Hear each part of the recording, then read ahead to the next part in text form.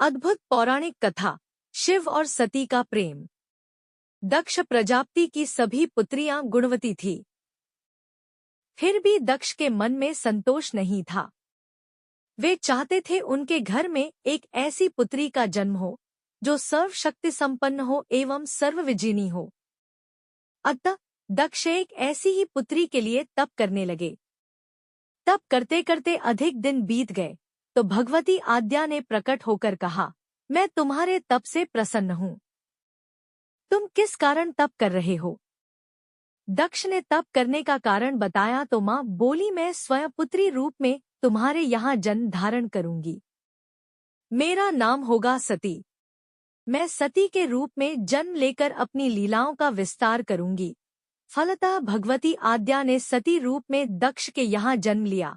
सती दक्ष की सभी पुत्रियों में सबसे अलौकिक थीं। सती ने बाल्यावस्था में ही कई ऐसे अलौकिक आश्चर्यचकित करने वाले कार्य कर दिखाए थे, जिन्हें देखकर स्वयं दक्ष को भी विस्मयता होती रहती थी। जब सती विवाह योग्य हो गई तो दक्ष को उनके लिए वर की चिंता होने लगी। उन्होंने ब्रह्मा जी से इस विषय में परामर्श किया। ब्रह्मा जी ने कहा, सती आद्या की अवतार हैं। आद्या आदि शक्ति और शिव आदि पुरुष हैं। अतः सती के विवाह के लिए शिव ही योग्य और उचित वर हैं। दक्ष ने ब्रह्मा जी की बात मानकर सती का विवाह भगवान शिव के साथ कर दिया। सती कैलाश में जाकर भगवान शिव के साथ रहने लगी। भगवान शिव के दक्ष के दामाद थे, किंतु किसी वजह से दक्ष के हृदय में भगवान शिव के प्रति बैर और विरोध भाव पैदा हो गया। एक बार देवलोक में ब्रह्मा ने धर्म के निरूपण के लिए एक सभा का आयोजन किया था।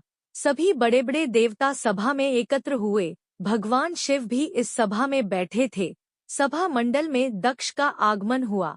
दक्ष के आगमन पर सभी देवता उठकर खड़े हो गए, पर भगवान शिव खड़े नहीं हुए।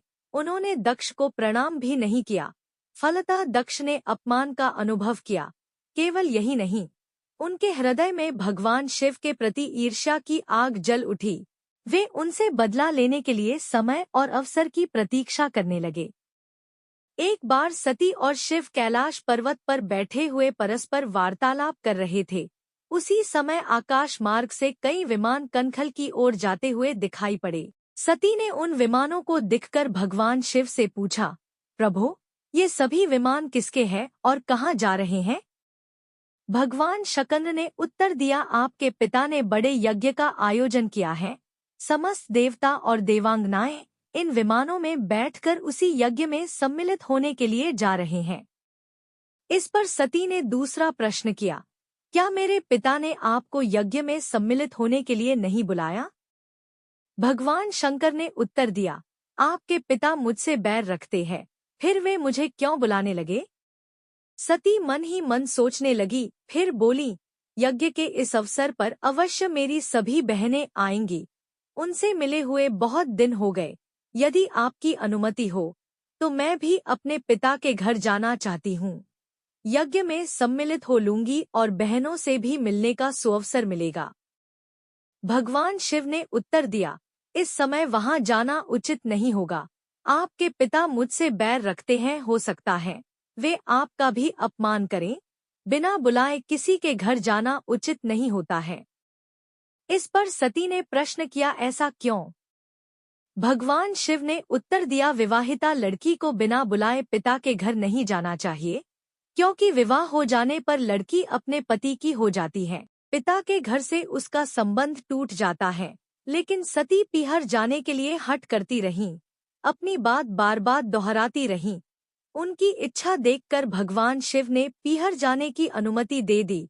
उनके साथ अपना एक गण भी साथ में भेज दिया। उस गण का नाम वीरभद्र था। सती वीरभद्र के साथ अपने पिता के घर गईं। घर में सती से किसी ने भी प्रेम पूर्वक वार्तालाप नहीं किया। दक्ष ने उन्हें देखकर कहा, तुम क्या यहाँ मेरा अपमान कराने आई हो? अपनी बहनों को तो देखो, वे किस प्रकार भांति भांति के अलंकारों और सुंदर वस्त्रों से सुसज्जित हैं। तुम्हारे शरीर पर मात्र बाघांबर है। तुम्हारा पति श्मशानवासी और भूतों का नायक है। वह तुम्हें बाघांबर छोड़कर और पहना ही क्या सकता है? दक्ष के कथन से सती के हृदय में पश्चाताप का सागर उमड़ पड़ा। वे सोचने लगी, उन्होंने यहाँ आकर अच्छा नहीं किया। भगवान ठीक ही कह रहे थे, बिना बुलाए पिता के घर भी नहीं जाना चाहिए। पर अब क्या हो सकता है? अब तो आ ही गई हूँ। पिता के कटु और अपमानजनक शब्द सुनकर भी सती मौन रहीं। वे उस यज्ञमंडल में गईं, जहाँ सभी देवता और शिमुनि बैठे थे तथा यज्ञकुंड में धू धू करती जलती हुई अग्नि में आहुतियां डाली जा रही थी। सती ने यज्ञमंडप में सभी देवताओं के तो भाग देखे, किंतु भगवान शिव का भाग नहीं देखा।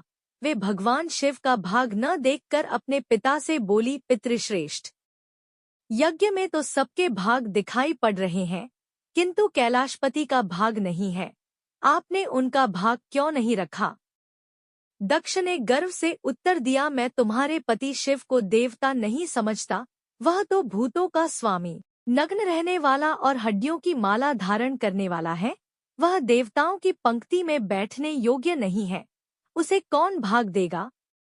सती के नेत्र लाल हो उठे। उनका मुखमंडल प्रलय के सूर्य की भांति तेजोदीप्त हो उठा। उन्होंने पीड़ा से तिलमिलाते हुए कहा, ओह, मैं इन शब्दों को कैसे सुन रही हूँ, मुझे धिक्कार है। देवताओं, तुम्हें भी धिक्कार है। तुम भी उन कैलाशपति के लिए इन शब्दों को कैसे सुन रहे हो जो मंगल के प्रतीक हैं और जो क्षण मात्र में संपूर्ण सृष्टि को नष्ट करने की शक्ति रखते हैं। वे मेरे स्वामी हैं। नारी के लिए उसका पति ही स्वर्ग होता है। जो नारी अपने पति के लिए अपमानजनक शब्दों को सुनती है, उसे नरक में जाना पड़ता है। पृथ्वी सुनो, आकाश सुनो और देवताओं, तुम भी सुनो। मेरे पिता ने मेरे स्वामी का अपमान किया है। मैं अब एक क्षण भी जीवित रहना नहीं चाहती। सती अपने कथन को समाप्त करती हुई यज्ञ के कुंड में कूद पड़ी। जलती हुई आहुतियों के साथ उनका शरीर भी जलने लगा।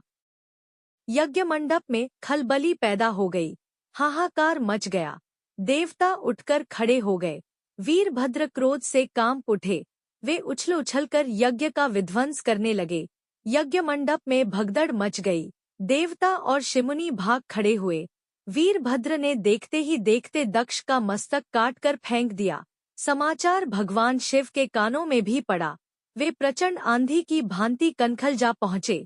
सती के जले हुए शरीर को देखकर भगवान शिव ने अपने आप को भूल गए। सती के प्रेम और उनकी भक्ति ने शंकर के मन को व्याकुल कर दिया। उन शंकर के मन को व्याकुल कर दिया जिन्होंने काम पर भी विजय प्राप्त की थी और जो सारी सृष्टि को नष्ट करने की क्षमता रखते थे। वे सती के प्रेम में खो गए, बेसुध हो गए। भगवान शिव ने उन्मत्त की भांति सती के जले हुए शरीर को कंधे पर रख लिया। वे सभी दिशाओं में भ्रमण करने लगे। शिव और सती के इस अलौकिक प्रेम को देखकर पृथ्वी रुक गई, हवा रुक गई, जल का प्रवाह ठहर गया और रुक गईं देवताओं की सांसें। सृष्टि व्याकुल हो उठी। सृष्टि के प्राणी पुकारने लगे, त्राहिमाम, त्राहिमाम। भयानक संकट उपस्थित देखकर सृष्टि के पालक भगवान विष्णु आगे बढ़े। वे भगवान शिव की बेसुधी में अपने चक्र से सती के एक एक अंग को काट काट कर गिराने लगे। धरती पर 51 स्थानों में सती के अंग कट कट कर गिरे।